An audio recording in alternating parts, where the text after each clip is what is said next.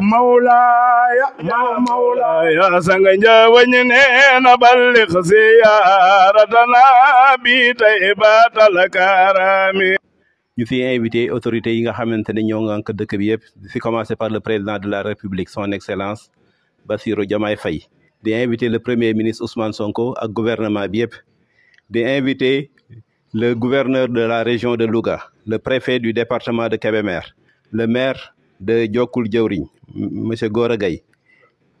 di invité bépp kilifa boo xamante ne nekkal na Yoff ñu commencé par sëñ Mouhamadou Makhtar Laye xalif général des Layènes di invité imam ratib Mohamed Ndoye di invité Cheikh Mansour Diouf représentant du khalife général des Mourides fi tànk di invité bépp autorité coutumière ak religieuse boo xamante ne nekk na si Yoff moo xam jaraaf nga moo xam ndey ji réew la moo xam saltige la waaye nag dinañ si seppi ñaar ñoo xamante ne dañu bokk ci famille bi muy jaraaf Séni Gueye ak saltige Mamadou Mbeng invité bépp autorité politique boo xamante ne nekk na si Yoff di ko commencé par le maire Seydina Issa Laye Samb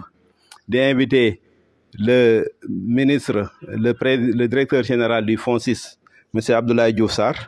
ñuy invité également monsieur Cheikh Ahmed Tidiane Ba muy directeur général de la banque agricole. asalaamaaleykum wa rahmatullahi wa barakaatu mbokki jullit yi mbokki taalibe yi bu ngeen déggee kàddu googu ngeen xam ni bis bu màgg dellu siwaat na mi bisu Njawa Njaay bis bi nga xam ni nitu yàlla bu mag ba Serigne Samba Khoudia Ndiaye moo jële woon ndigal ci Maulana Cheikh Hadji Malick ñu koy gàmm ren mu nekk téeméeri at ak juróom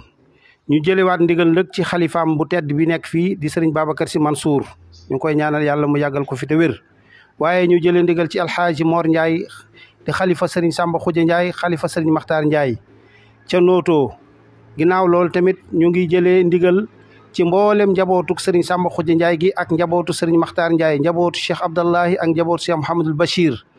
ñoom ñëpp ñu ngi leen di woo ci bis bi waaye nag kilifa diine yi nga xam ne ñoom lañ seqal mbir mi nga xam ne suñuy bokk lañ di waa Sam Ndiaye te ka nekk ca bopp ba di sëñ Mbay Ndiaye ak imam ki nga xamante ne si mooy Serigne Cheikhou Ndiaye ñu ngi ko ciy woo waaye ñu ngi woo tamit njabootu maam Omar Ndiaye ca Xabbaan bu ñëwee ci département Kébémer bi nag ñu ngi woo mboolem kilifa diine yi nga xamante ne si ñoom lañ seqal département bi. di leen yëgal xew-xewu diine bu Njawa Njaay ñu ngi ciy jiital ci ki ñuy jëkk a tudd muy sunu xalifa Alhaji Birane Mbeng di ca teg imam ratib Mor Absa Gajaga di ca teg chef de village Moussa Gajaga di ko yëgal waa tund woowu yëpp Kër Mbir Noto Ngajaga Bërëb Saw Ngiig Kéeri Jëllëg Saaw ak Ségal. bu ngeen gisee jotaay bi ngeen xam ni bàkk ba jub na muy lan gàmmu Njawañ édition 2024 muy 105e édition ñu ñaan yàlla mu may ñu fekke ak tal ñuy oo ñëpp di soññi ñëpp góor jigéen mag ak ndaw ñu ngi oo àdduna yëpp Sénégal yëpp ñu ngi leen di oo rawatina nag waa Yoff. jigéen ñi si njiitalu Tànday Njaay ñu ngi woo jigéen Yoff ñëpp bàyyi ñu kenn di ko dale tongoor ba APEXI ñu ngi siy woo ñëpp góor jigéen mag ak ndaw di leen invité si gàmmu gi yéen ñëpp ñu ngi leen si invité macha allah di ñaan yàlla yóbbu ñu seex jàmm salaam. kuy dem Njawañ boo ñëwee ba Kébémer da nga jàdd jëm yoon Lompul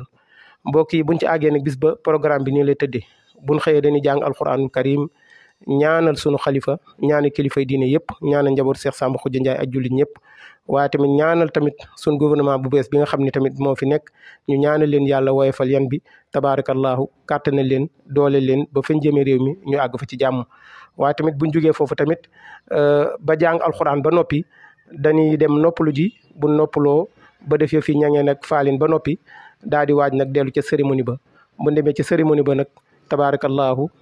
bu cérémonie ba jeexee nag ñu delluwaat ca kër ga buñ delluwaatee ca kër ga nag daal di waajaat nag ca guddi gàmmu ga ñu ñëw kan mooy taxawee guddi gàmmu gi Taabaan Mbuub ñu gën koo xam ci Ousmane Mbuub ñu gën koo xam ci Taabaan Mbuub bu Ndànd kan moo koy firi Góora Jóob bu Tiwaawoon di doom di xarit di soppe di lépp ci kër gi tabaarakallahu ci ndigalu xalifa bi Serigne Mor Ndiaye ak imam Papa Ndiaye imam ratib bu Yoff ak imam Moustapha Ndiaye ñuy su ñaar imam yu tedd yu baax yooyu ñoom ñooy seq waxtaan wi ak seen xarit seen soppe chef de village bu Njawañ Serigne Mor Ndiaye. Subhaana rabbika rabbil izzati ammaa yasifuun wa salaamun alal mursaliin walhamdulillaahi rabbil aalamiin.